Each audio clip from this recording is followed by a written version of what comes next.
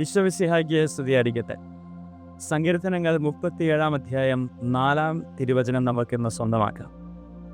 കർത്താവിൽ ആനന്ദിക്കുവിൻ, അവിടുന്ന് നിന്റെ ആഗ്രഹങ്ങൾ സാധിച്ചു തരും. പ്രിയപ്പെട്ടവരെ, നമ്മുടെ ആനന്ദങ്ങൾ പലപ്പോഴും ഭൗതികതയിൽ ഒടുങ്ങിപ്പോകുന്നു എന്നതാണ് ആഗ്രഹങ്ങൾ ലഭിക്കാതെ പോകുന്നതിൻ്റെ കാരണം. യഥാർത്ഥമായ ആനന്ദം കർത്താവിലായിരിക്കട്ടെ.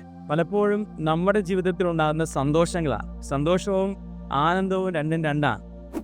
ഈശോ കാൽവരി കുരിശിൽ കിടന്നുകൊണ്ട് നമ്മളെ പഠിപ്പിച്ചത് ആനന്ദത്തിൻ്റെ ജീവിതമാണ്. അതുകൊണ്ടാണ് തകർന്നടിഞ്ഞ് മരണത്തോടെ മല്ലടിക്കുന്ന ഈശോയുടെ ആത്മാവ് സന്തോഷിച്ചു.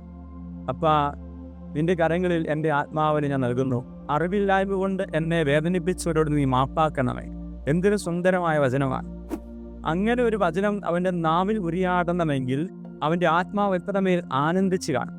ശരീരം തകർന്ന് മരണത്തോടെ മല്ലടിക്കുന്ന ഈശോയ്ക്ക് സങ്കടങ്ങളില്ലായിരുന്നു, വേദനകളില്ലായിരുന്നു, ആത്മാവിൽ ആനന്ദമായിരുന്നു. ഇത് നമുക്കില്ല എന്ന് നഷ്ടപ്പെട്ടുകൊണ്ടിരിക്കുക. ഒരു കൊച്ചു കാര്യം വന്നാൽ നമ്മൾ തകർന്നു പോവുക, ജീവിക്കാൻ കരുത്തില്ലാതെ പോവുകയാണ്. ഭൗതികതയുടെ സന്തോഷത്തിൽ നമ്മൾ ഒടുങ്ങിത്തീരുകയാണ്.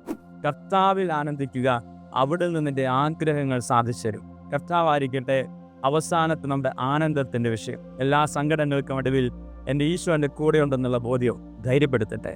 ഈ വചനം നമുക്കും കൂടെയുള്ളവർക്കും ശക്തിയാകട്ടെ. ദൈവം അനുഗ്രഹിക്കട്ടെ. ആമേൻ.